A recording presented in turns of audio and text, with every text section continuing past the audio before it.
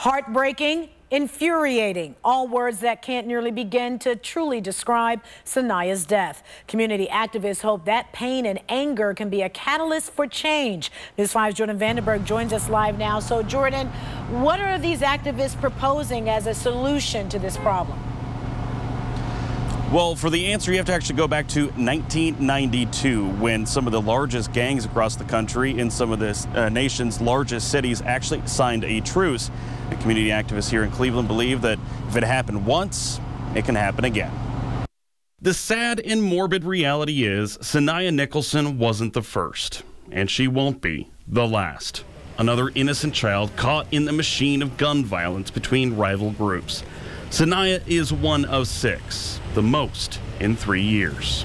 Don't try to pimp no situation, because what happened to that young lady was not collateral damage. She was murdered. Prosecutors think so too, as those arrested, one of which is a juvenile, will feel the full weight of the criminal justice system and a community that has buried far too many child-sized caskets. You understand? Because y'all Negroes know it's sit right there, because y'all from that neighborhood, and you start shooting each other in front of a boxing club where young men and young women are doing something to try to save their lives, and y'all out there shooting at each other. Now y'all in violation.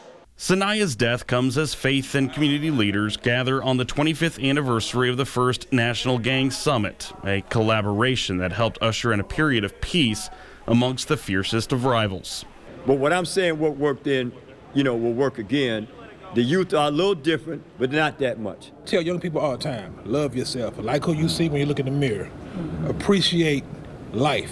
Peace in the Hood and other community activists also highlighted the toxic effects of violence. City leaders have also recognized violence as a public health issue, as the City Council approved last month a $1 million contract to train the staffs at a dozen rec centers on how to help kids with toxic stress and the trauma of youth violence. Community activists also called on the clergy and congregations of all faiths to help as well. If you can wear that t-shirt that says whatever it takes, if you can wear that t-shirt that says all in, apply that in your community. Apply that in your household.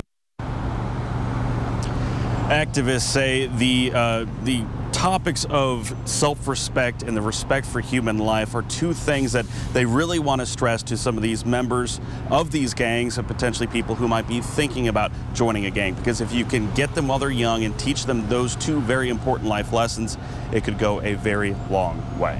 Reporting live downtown tonight, Jordan Vandenberg, News 5.